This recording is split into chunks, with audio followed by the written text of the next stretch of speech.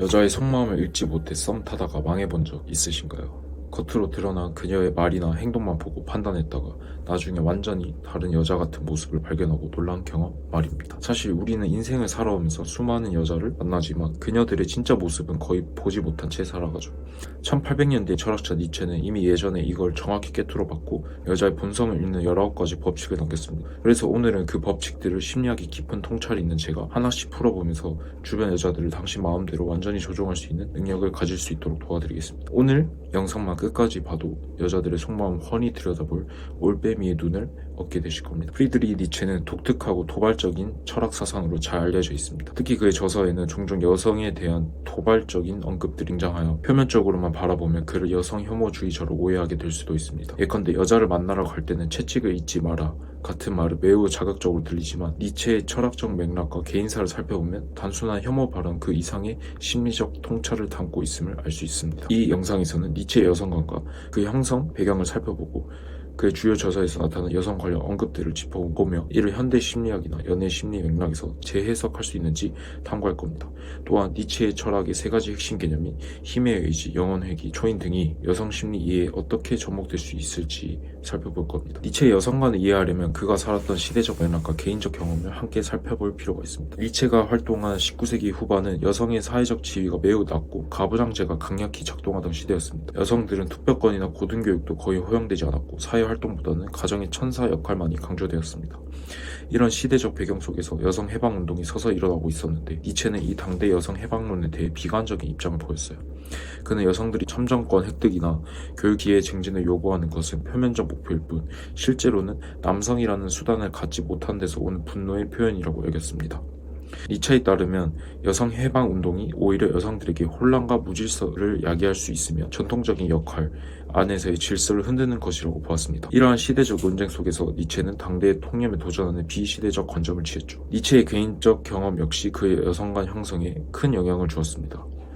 니체는 5살 때 아버지가 돌아가시고 난 이후에 할머니, 둘째 고모, 어머니, 여동생 등 거의 여성들만 있는 가정에서 자랐습니다. 선천적으로 병약하고 예민했던 그는 이러한 환경 속에서 섬세하고 소심한 감수성을 지니게 되었고 한편으로는 강인한 남성성을 동경하게 됩니다. 니체는 평생 5명의 여성을 사랑했는데 대체로 그의 슬픈 짝사랑을 끊었습니다. 특히 루 살로메에게 청혼했다가 거절당한 일은 니체에게 결정적인 심리적 충격을 줬습니다. 그 이후 니체는 사랑과 미움이 뒤섞인 극단적 감정에 휩싸였고 결국 평생 방랑과 고독 속에서 지내게 되었다고 합니다. 이는 과장된 표현일 수 있으나 신은 죽었다라고 선언한 니체를 서서히 죽인 것은 신이 아니라 여자, 그 중에서도 루살로메였다는 말이 있을 정도입니다. 이렇듯 사랑의 좌절은 니체의 여성에 대한 시각에 복잡한 흔적을 남겼습니다. 그는 한편으로 여성에게 의존하고 동경하면서 다른 한편으로 상처와 자기 혐오를 여성에 대한 냉소로 투사하기도 한 것으로 해석됩니다. 니체의 여성관에는 그의 철학적 스승인 쇼펜하우어의 영향도 언급됩니다. 쇼펜하우어는 악명 높은 여성 혐오 에세이 여자에 대하여를 썼고 니체는 한때 쇼펜하우어를 열렬히 존경했습니다. 둘 다 종종 여성에 대해 비관적 견해를 보였기에 당시에도 두 사람 모두 여성 혐오 철학자로 묶이곤 했습니다. 그러나 니체는 쇼펜하우어와 달리 자신의 철학 전체에 여성을 중요한 은유와 주제로 전면에 내세웠다는 차이가 있습니다. 즉 단순히 여성 자체를 혐오했다기보다 여성성을 철학적 상징으로 적극 활용하며 전통적 가치관을 비판한 측면이 있다는 것이 학계의 재해석입니다. 예컨대 니체는 철학 서문에서 진리가 여성이라면 어떻겠는가 라고 물으면서 기존 철학자들이 진리를 제대로 유혹하지 못했다고 풍자합니다. 이는 진리를 여성에 비유함으로써 기존의 경식된 진리관을 흔드는 전략으로 볼 수 있습니다. 요약하면 니체의 여성관은 시대적 한계와 개인적 상처 그리고 철학적 의도가 복합적으로 빚어낸 것입니다. 그는 여성에 대해 때로는 경멸적이고 냉혹한 언사를 남겼지만 동시에 여성의 강인한 자연성을 두려워하고 경외했으며 여성성을 삶과 진리의 은유로 승화시키려는 시도도 엿보입니다. 이러한 양면성을 염두에 두고 지금부터 니체가 구체적으로 여성에 대해 뭐라고 말했는지를 살펴보겠습니다. 니체의 가장 유명한 문제적 발언은 바로 여성의 모든 것은 수수께끼이며 그 해답은 임신이다 입니다. 즉 여성에게 가장 근본적인 목적은 아이를 잉태하고 낳는 것, 모성이라는 뜻입니다. 여성에게 남성은 그 수단일 뿐이며 목적은 언제나 아이에 있다고도 덧붙이지요. 이 말은 다소 도발적이지만 여성의 삶을 생명 탄생의 신비와 연결시켜 바라본 것입니다. 니체는 여성의 존재를 종족 보존과 연계된 자연적 본능으로 파악했고 남녀의 근원적 차이를 강조했습니다. 현대 진화 심리학에서도 남자가 젊고 건강한 여자를 좋아하는 것은 출산과 양육에 유리하기 때문이라고 설명하는데 니체의 통찰과 같은 맥락이라고 볼 수 있어요. 니체에게 여성은 궁극적으로 미래의 위대한 인간을 탄생시킬 가능성을 지닌 존재로서 생명의 수수께끼이기도 했습니다. 남성은 위험과 놀이를 원하고 여자는 가장 위험한 장난감이다라고 말하기까지도 했습니다. 남자는 본능적으로 모험과 놀이를 갈망하기 때문에 여성이란 존재에 매혹된다는 뜻입니다. 여성을 단순한 장난감에 비유한 부분은 현대 페미니즘 관점에서 보면 모욕적으로 들리지만 니체가 보기에 사랑에 빠진 남성은 여성을 쟁취하고 탐닉하는 과정에서 일종의 놀이와 투쟁을 경험합니다. 그는 남자는 전쟁에 나가야 하고 여자는 전사를 위로해야 한다. 그 외의 방도는 어리석다고까지 말하는데 이는 남녀의 역할을 고정적으로 본 19세기적 시각이 반영되어 있습니다. 남자는 투사의 역할을 수행하고 여자는 그 투사에게 휴식과 위안을 주는 역할을 해야 자연에 부합한다는 것입니다. 이런 언급은 니체가 남성성과 여성성을 매우 대비적으로 보았음을 보여줍니다. 여자를 만나러 가거든 채찍을 챙겨라. 니체의 최고의 문제적 발언은 바로 이거라고 했죠. 이 문장은 대대로 많은 논쟁을 불러일으킵니다. 표면적으로는 여성을 상대할 때 남성이 채찍을 가져야 한다는 것으로 읽혀 노골적인 여성 혐오처럼 보여요. 그러나 니체 연구자들은 이 발언의 해석에 대해 여러 관점을 제시합니다. 한 가지 해석은 니체가 책에서 이 말을 여성의 입을 빌려 했다는 점에 주목해요. 늙은 여인은 작은 진실 하나를 알려주겠다면서 채찍 이야기를 하는데 이는 차라투스트라가 아니라 여성 자신의 목소리입니다. 즉 남자가 여자에게 함부로 다가오려면 큰 코 다칠 수 있으니 각오를 해라 정도의 역설적인 충고일 수 있습니다. 실제로 니체는 젊은 시절 루살로메와 폴레와 함께 찍은 유명한 사진에서 자신이 마차를 끄는 말 살로메가 채찍을 든 마부로 등장하기도 했습니다. 이를 두고 니체가 채찍을 든 건 자신이 아니라 살로메였다고 자조적으로 언급했다는 일화도 있어요. 채찍은 물리적 폭력의 상징이라기보다 관계의 주도권이나 심리적 대비책의 상징으로 볼 수도 있습니다.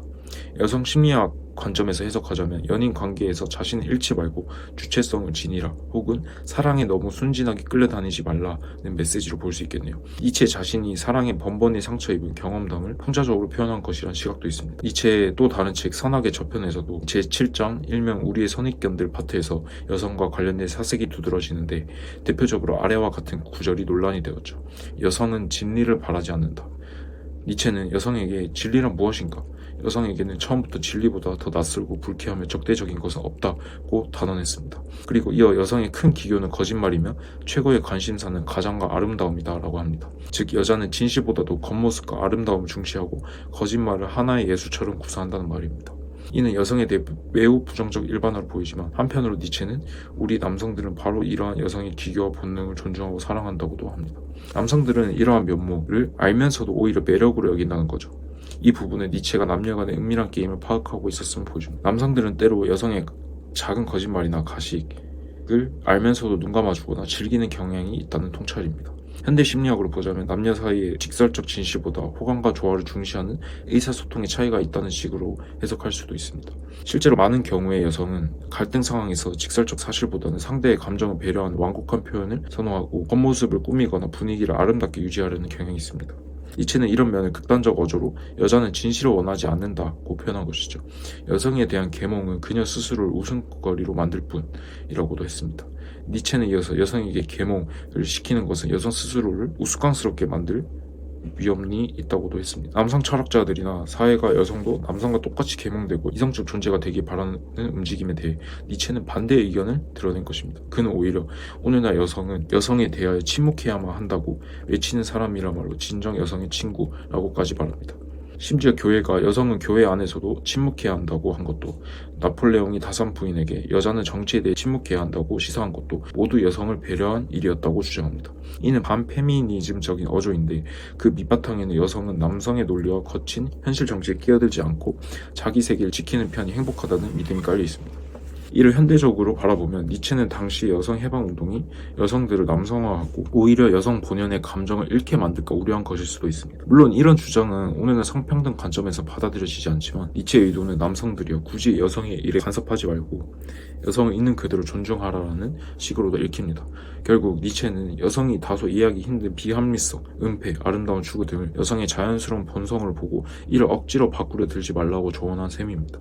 니체는 복수와 사랑에 있어서 여성은 남자보다도 더 야만적이다라는 유명한 말도 남겼습니다. 이 말은 선악의 저편의 명언 중 하나로 알려져 있는데, 여성은 일단 사랑에 몰두하거나 원한을 품으면 남성보다 더 큰 극단으로 치달을 수 있다는 뜻입니다. 예컨대 질투에 눈먼 여성의 무서움이나 자식을 해치는 이에 대한 어머니의 복수심 같은 것을 상상해 볼 수 있겠습니다. 이는 인간 심리에 대한 니체의 날카로운 관찰로서 감정 영역에서 여성의 강렬함을 표현한 것입니다. 남성보다 신체적으로 약한 여성이지만 정서적 영역에서는 더 격렬하고 때때로 무자비할 수 있다는 지적입니다. 이 역시 현대 심리학 연구에서도 일부 공감되는 부분이 있어요. 예컨대 부분적 감정 사건에서 남성은 물리적 공격으로 표출하는 데 반해 여성은 관계적 공격이나 장기적 양심으로 더 복잡한 복수극을 전개한다는 연구들도 있습니다. 특히 여성 해방에 대해라는 절에서 다음과 같은 내용을 언급합니다. 여자들은 어떤 사안이 아닌 사람에게 자주 홀딱 빠진다 라고 말이죠. 니체는 여자들은 사랑하거나 찬성하거나 반대하는 데 익숙해져 있어서 어떤 사안 그 자체에는 좀처럼 빠져들지 않지만 사람에게는 자주 홀딱 빠진다라고 지적합니다. 그리고 만약 여자가 어떤 사상이나 원칙 같은 사태에 빠져드는 경우가 드물게 생기더라도 그들은 곧바로 그 상태의 무비판적인 추종자가 되어버려서 그 사태의 본래 순수한 작용을 망쳐버린다고 말합니다. 이 말은 여성의 관심사가 추상적 이념보다는 구체적 인간관계에 집중됨을 뜻합니다. 일반화하자면 남성은 어떤 이념이나 원리를 쫓아 논쟁하고 빠져드는 경우가 많은 반면 여성은 누가 말했느냐 또는 인간관계에 더 주의를 기울인다는 통찰입니다. 그래서 여성들이 드물게 정치나 운동 등 사안 그 자체에 열중하더라도 이내 파벌 싸움이나 개인적 감정에 치우쳐 그 사안의 순수성을 해친다는 다소 신랄한 지적이 합니다. 니체는 이를 통해 당대 여성 참정권 운동이나 사회운동에 참여한 여성들을 비판한 것으로 보입니다. 현대 심리 맥락에서 이 이야기를 풀면 여성들이 더 인간관계 지향적이라는 점을 가리킨다고도 볼 수 있습니다. 실제 연구들에서도 여성은 사람을 더 중시하거나 여성은 공감 및 관계 욕구가 높고 남성은 체계화 및 분석 성향이 높다는 결과가 나오곤 합니다. 니체의 관찰은 이러한 성향 차이를 날카롭게 언급한 것입니다. 이 통찰을 활용한다면 여성과 대화할 때는 이념 논쟁에는 몰두하지 말고 그녀가 느끼는 감정과 인간적 맥락을 함께 고려하라는 조언이 될 수도 있겠습니다. 그녀는 논리 그 자체보다는 이걸 말하는 당신, 이 논쟁 속에서의 우리의 관계를 더 신경 쓰기 때문입니다. 완벽한 여성은 완벽한 남성보다 더 고등한 존재다 라는 말도 했습니다. 이는 니체의 여성관이 단순히 여성 전체를 폄하하는 데 그치지 않고 이상적인 여성상에 대해서는 상당한 경애를 표했다는 점을 보여줍니다. 그에 따르면 정말 완벽한 여인, 남자들보다 더 뛰어난 존재일 수 있는데 그런 경우가 아주 드물게 나타난다는 것이죠. 이 발언은 니체가 루살로메나 코지마 바그너 같은 비범한 여성들에게 느꼈던 매혹을 반영한 것일 수 있습니다. 그는 어느 편지에서 자신이 여성을 교육받지 않은 자연적 천재로서 높이 평가한다는 뜻을 내비친 적도 있습니다. 즉 규격화된 교육을 받지 않았기에 오히려 자유로운 통찰을 지닌 여성의 독창성에 감탄한 것이죠. 이런 면에서 니체는 여성에 대해서는 냉소적이면서도 뛰어난 여성 개인에 대해서는 숭배심을 보이는 모순적 태도를 가지고 있었다고 정리할 수 있습니다.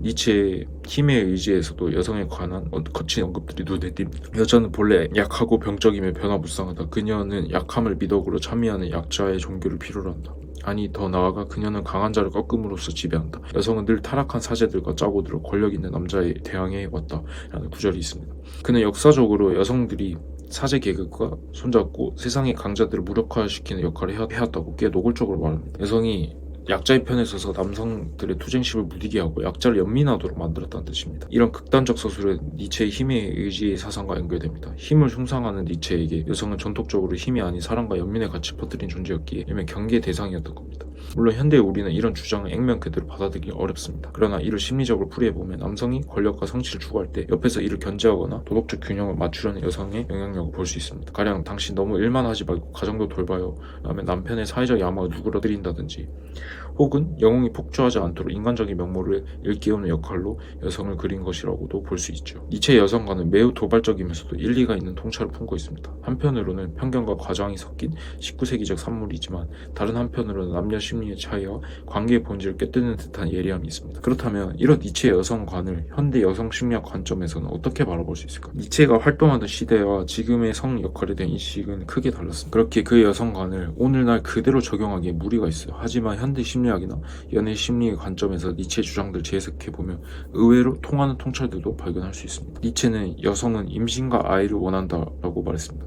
현대 심리학, 특히 진화 심리학 역시 남녀의 평균적 욕구 차이를 비슷하게 설명합니다. 예를 들어 진화 심리학자 데이드 B. 버스 교수는 남자는 젊고 건강한 여자를 좋아하는데 이는 그녀가 출산에 유리하기 때문이라고 하죠.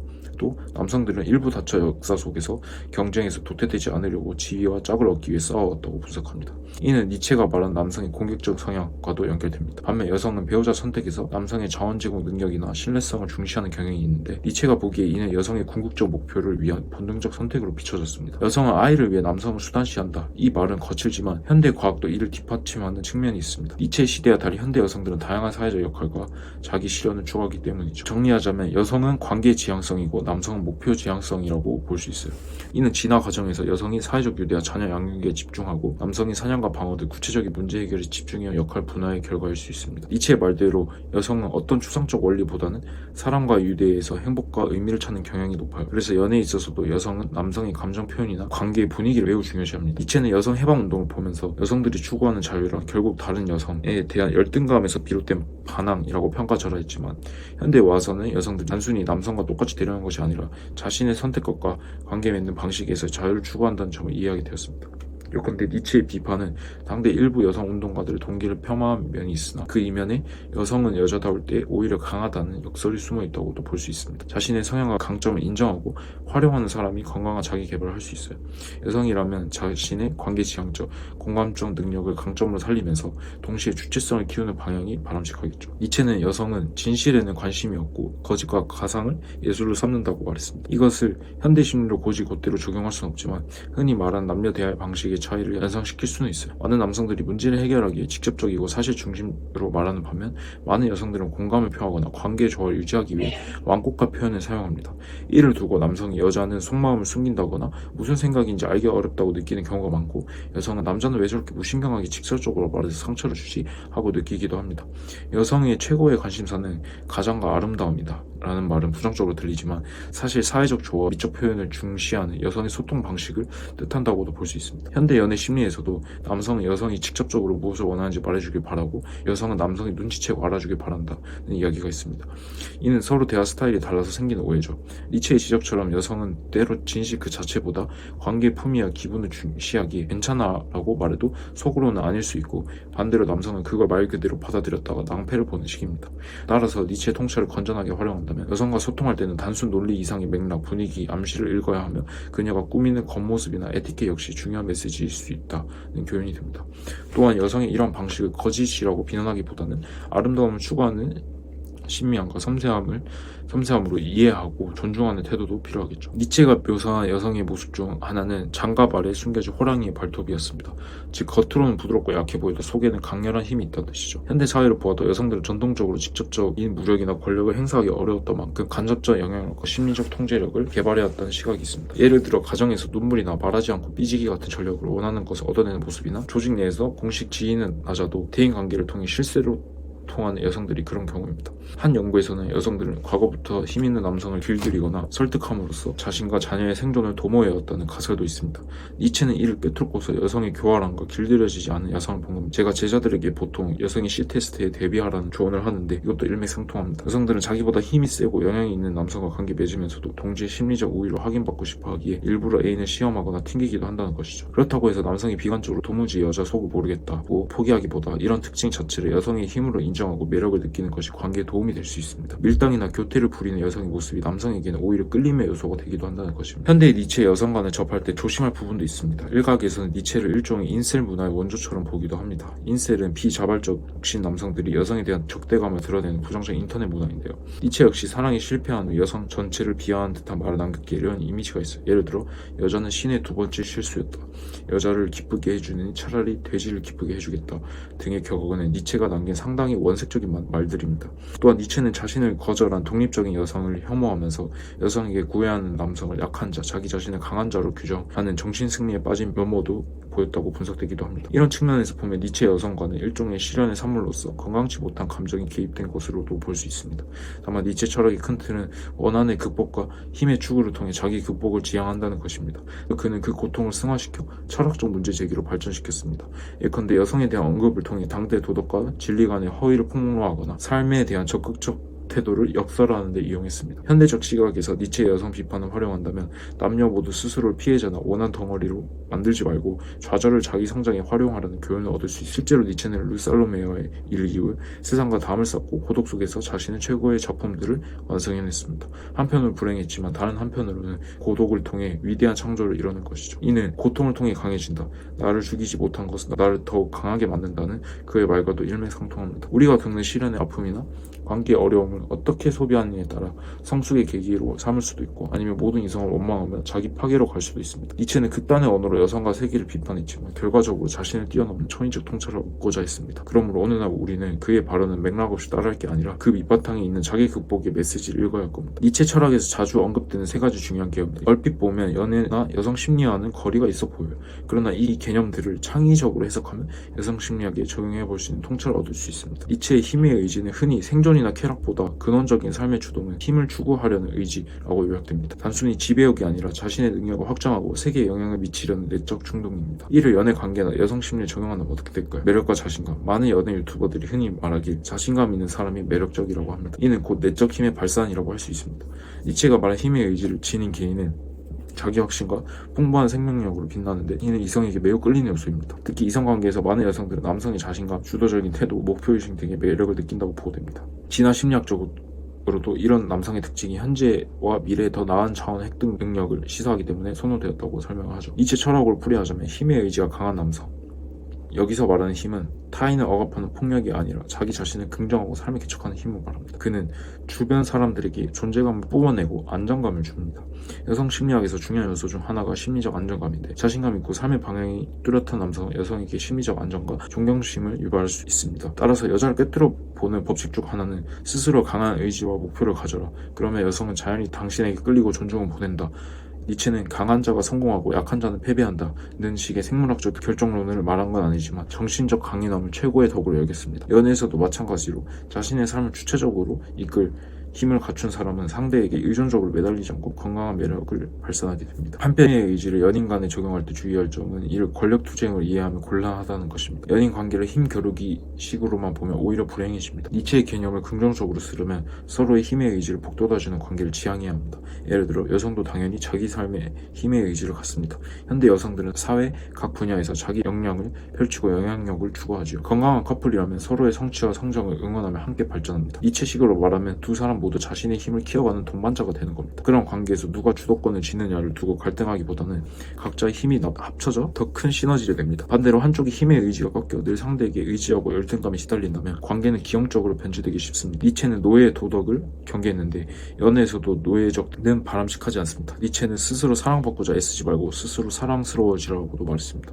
그리고 저는 제자들에게 자신에 대한 사랑이 흘러넘쳐 그것을 나무의 열매처럼 여자에게 나눠줘라 라고 말합니다. 자신의 내면을 강하게 가꾸고 의미 있는 삶을 살 때 남들이 알아서 존중하고 사랑하게 된다는 뜻입니다. 연인에게 매달리거나 조종하려는 권력게임 대신 각자 자기다움 힘있게 펼치며 서로를 자극하는 관계, 이것이 니체의 힘의 의지가 시사하는 이상적인 커플상의 모습일 겁니다. 힘의 의지 개념은 또한 연애에서의 질투, 집착 문제를 이해하는 데 쓸 수도 있습니다.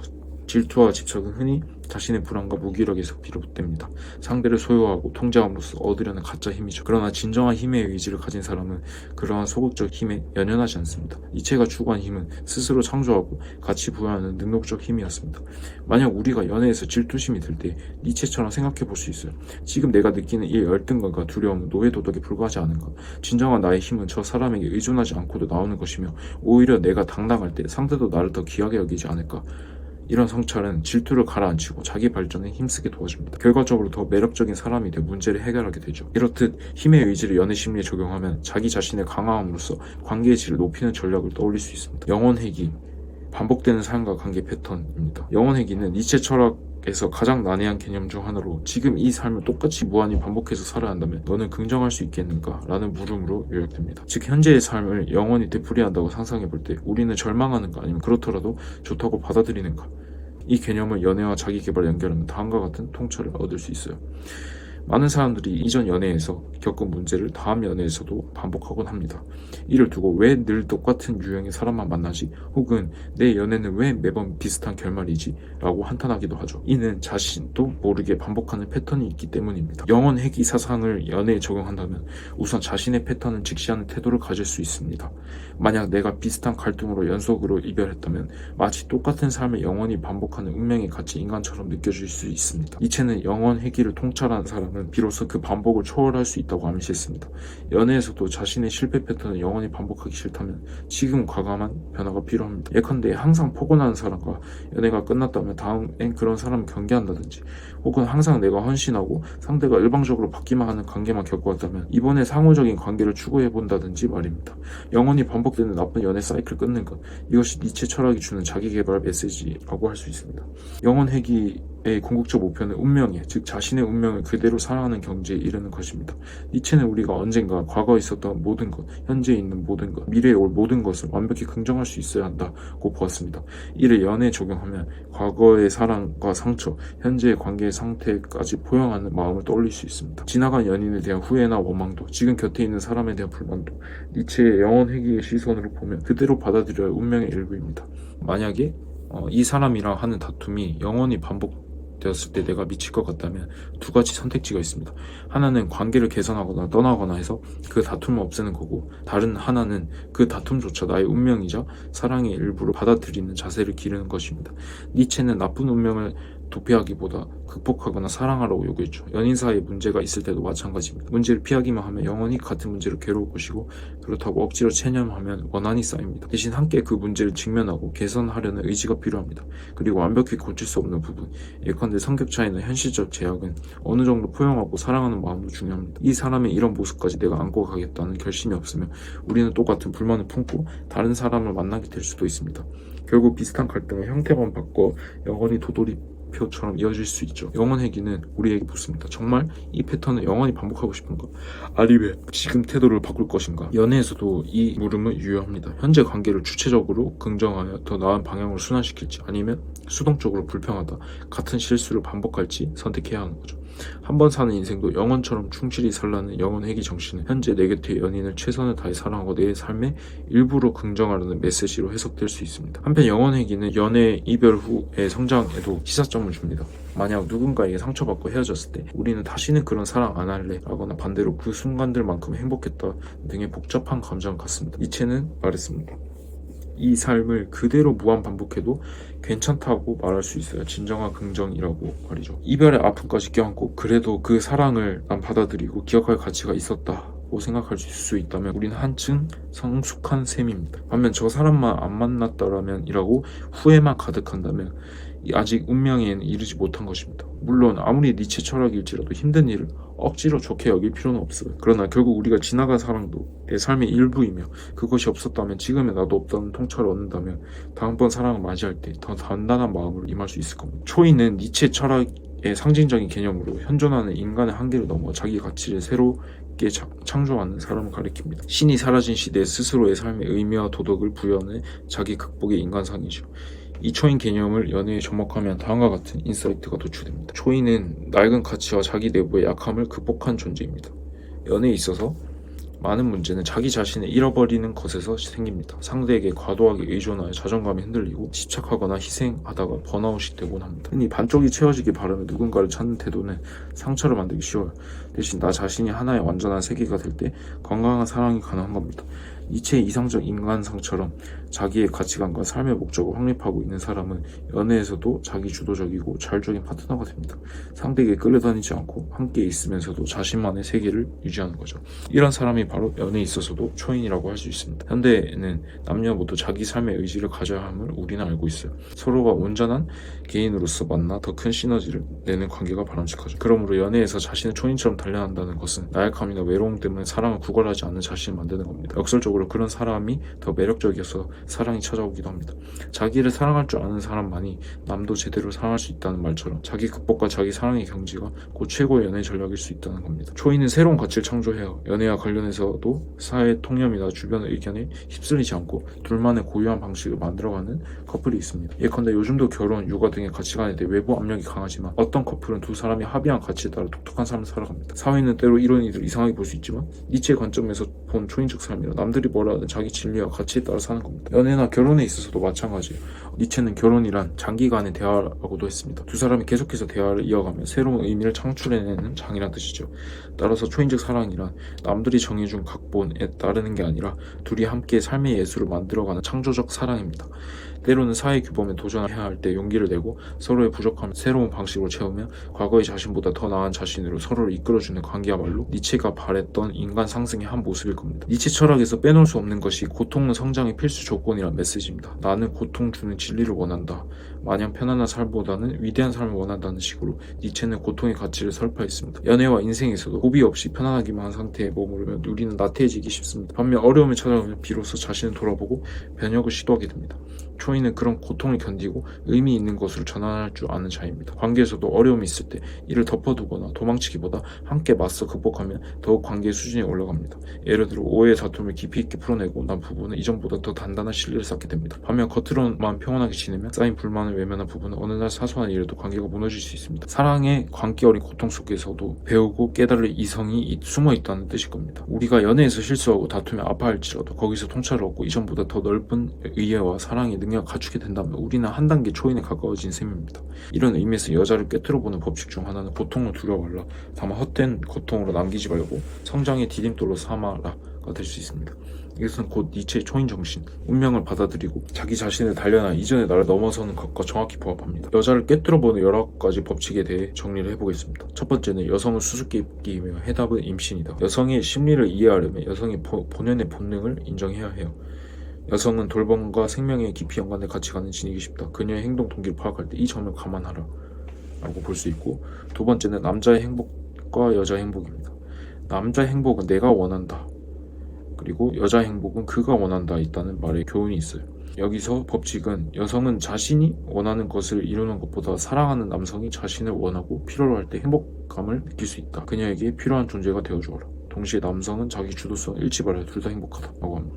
세 번째는 위험과 놀이의 대상입니다. 남성은 모험심으로 여성에게 끌리고 여성은 그런 남성에게 즐거움과 도전을 준다. 연애에 모험과 게임 요소를 부여하라입니다. 지루함을 경계하고 함께 새로운 경험을 하거나 밀당의 설렘을 즐기고, 남자는 여성을 공주 대하듯 보시기만 하기보다 적당한 도전 상대로 여겨야 한다는 겁니다.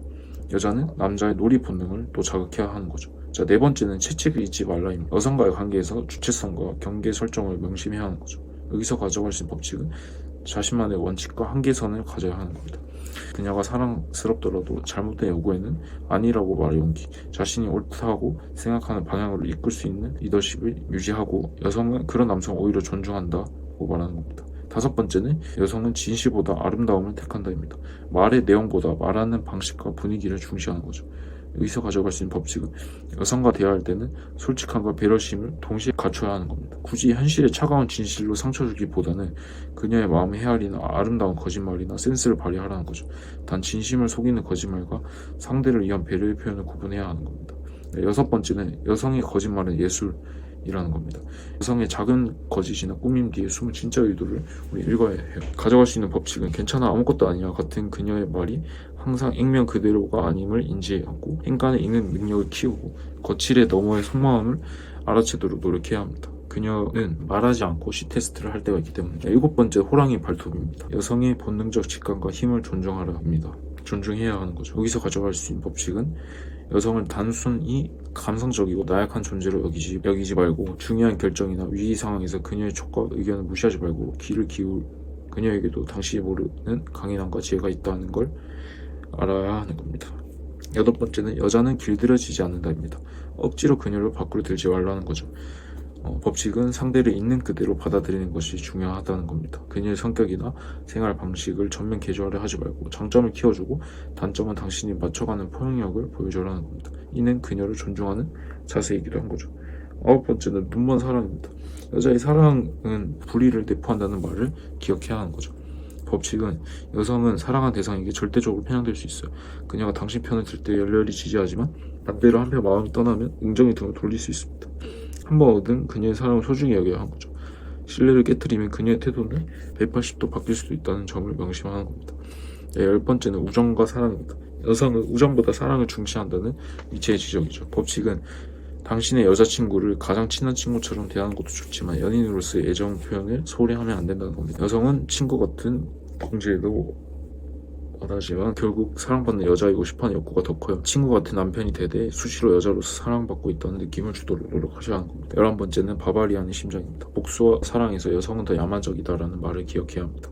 법칙은 그녀의 감정을 함부로 다치게 하지 말라는 겁니다. 한번 깊이 상처 입은 여성은 잔인할 만큼 냉정해질 수 있어요. 헤어질 때 악연이 되지 않으려면 평소에 서로 존중하며 만약 관계를 정리해야 할 때 최대한 배려하며 정리를 하라는 겁니다. 좋았던 시절의 모습까지 다 지워버릴 만큼 실망시키지 말라는 겁니다.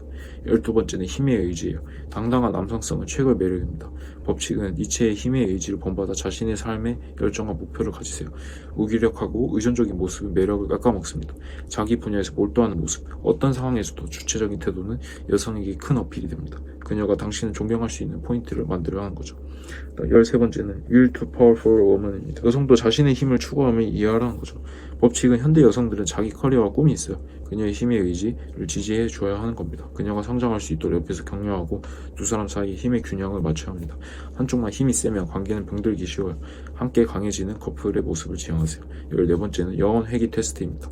같은 실수를 반복하지 말라는 건데 법칙은 니체의 영혼 회귀를 떠올리며 매번 되풀이되는 연애 문제를 발견하면 과감히 고리를 끊으라는 겁니다. 늘 유혹받는 패턴, 다투는 패턴이 있다면 의식적으로 다른 선택을 해보라는 거죠. 그래야 새로운 챕터가 열립니다. 또 시작이네 싶은 행동은 시작을 안 하는 게 좋겠죠. 15번째는 운명입니다. 현재 연인을 운명이라 여기고 사랑하라입니다. 법칙은 함께하는 순간순간에 영혼처럼 대하라는 거죠. 스마트폰이나 딴 생각으로 흘려보내지 말고 눈앞의 연인을 온 마음으로 대해야 한다는 겁니다. 그녀가 내 운명의 동반자라는 각오로 아끼세요. 만약 이미 마음이 떠났다면 질질 끌지 말고 운명이 순응하면 각자의 길을 가는 것도 필요합니다. 억지로 인연을 붙드는 거 운명애가 아니에요. 16번째는 초인 정신입니다. 자신이 잃지 않는 사랑을 하라는 건데 법칙은 니체의 초인처럼 자기만의 중심을 가지라는 겁니다. 연애에 빠져도 자기관리, 자기개발 소홀히 하지 말고 오히려 더 자극받아 성장하세요. 상대를 통해 새로운 취미나 세계를 배우되 스스로 서 있는 한 남자로서 남아있어야 된다는 겁니다. 그럴 때 상대에게도 끄덕 탐구하고 존중할 매력이 되는 겁니다. 17번째는 새로운 가치 창조예요. 남들이 뭐라 해도 둘만의 문화를 만들어야 하는 겁니다. 법칙은 연애와 결혼에 대한 세간의 기대에 너무 얽매이지 말고 두 사람이 합의해서 남들과 좀 달라도 행복하면 그만의 규칙들을 만들어 보세요. 예컨대 기념일을 남들보다 독특하게 보내는 자신들만의 방식, 가사 분담이나 경제관념 등에서 둘만의 룰을 세우고 따르세요. 그것이 두 사람만의 작은 철학이 됩니다. 함께 세운 원칙이 있다면 외부의 간섭에도 흔들리지 않고 더 끈끈해집니다. 18번째는 고통을 통한 친밀감입니다. 위기를 함께 넘어서면 사랑은 깊어지죠. 법칙은 싸움이나 어려움이 왔을 때 피하지 말고 정면 돌파하라는 겁니다. 둘이 힘을 합쳐 문제를 해결하면 유대감이 배가 돼요. 니체가 역설한 고통을 이겨낸 자만이 더 강해진다는 말처럼 커플도 시련을 극복할 때 더 강한 커플이 됩니다. 함께 울고 견딘 기억은 행복한 기억 못지않게 두 사람을 단단히 묶어주는 거죠. 마지막 19번째는 자기 사랑과 여유입니다. 자기 충만한 사람이 좋은 연인을 만드는 거예요. 법칙은 스스로를 사랑하고 삶을 풍요롭게 만드는 데 집중하라는 겁니다. 이체 말대로 너 자신이 되어라 라는 거죠. 자신의 개성, 취향, 목표로 가득 찬 사람은 연인에게도 긍정적 자극을 줍니다. 반대로 자기 내면이 비어있는 사람은 상대방에게도 집착하게 돼요. 여자를 꿰뚫어보는 궁극의 법칙은 사실 자신을 꿰뚫어보는 것에 있습니다. 자기 이해와 성찰이 깊은 사람만이 타인의 심리도 제대로 이해할 수 있기 때문이죠. 프리드리히 니체의 철학과 여성관을 통해 여성 심리학 접근하는 것은 다소 위험하면서도 흥미로운 시도였습니다. 그의 언어는 직설적이고 급진적이어서 오해를 살 수 있지만 그 밑바탕에는 인간에 대한 예리한 통찰과 자신을 뛰어넘으라는 열망이 담겨져 있어요. 여자를 꿰뚫어보는 19가지 법칙은 결국 인간관계의 19가지 통찰이 될 겁니다. 니체의 철학의 언어를 빌리되 그 목적은 더 건강하고 성숙한 사랑을 하기 위한 지혜를 전하는 데 있습니다. 마지막으로 니체는 이런 말을 한 적이 있어요. 우리는 사랑함으로써 사랑하는 법을 배운다라고 말이죠. 처음부터 상대를 완벽히 이해한 사람은 없습니다. 그러나 철학자의 통찰과 자신의 경험 토대로 끊임없이 배우고 성찰할 때 비로소 우리는 점점 사랑의 초행에 가까워질 겁니다. 니체의 사상이 당신의 연애와 삶을 비춰주는 거울이 되어 더 깊은 이해와 멋진 자기 성장을 이루길 바랍니다. 오늘 이렇게 니체의 이렇게 여성 심리학에 대해 다뤄봤습니다. 여기서 기본 마인드셋은 배웠지만 이제는 실전에서 사용 가능한 지식이 궁금할 겁니다. 만약에 그러시다면 아래 고정 댓글 링크에서 배워볼 수 있는데요. 2월 26일 밤 7시 가난한 찐따가 돈과 여자로부터 자유로워진 금단의 심리 설계법 월말 특강을 선착순 무료로 진행하려고 합니다. 마감되기 전에 서두르셔야 할 겁니다. 세상은 잔혹하니까 동화 같은 세상을 만들어야지. 감사합니다. 사랑합니다.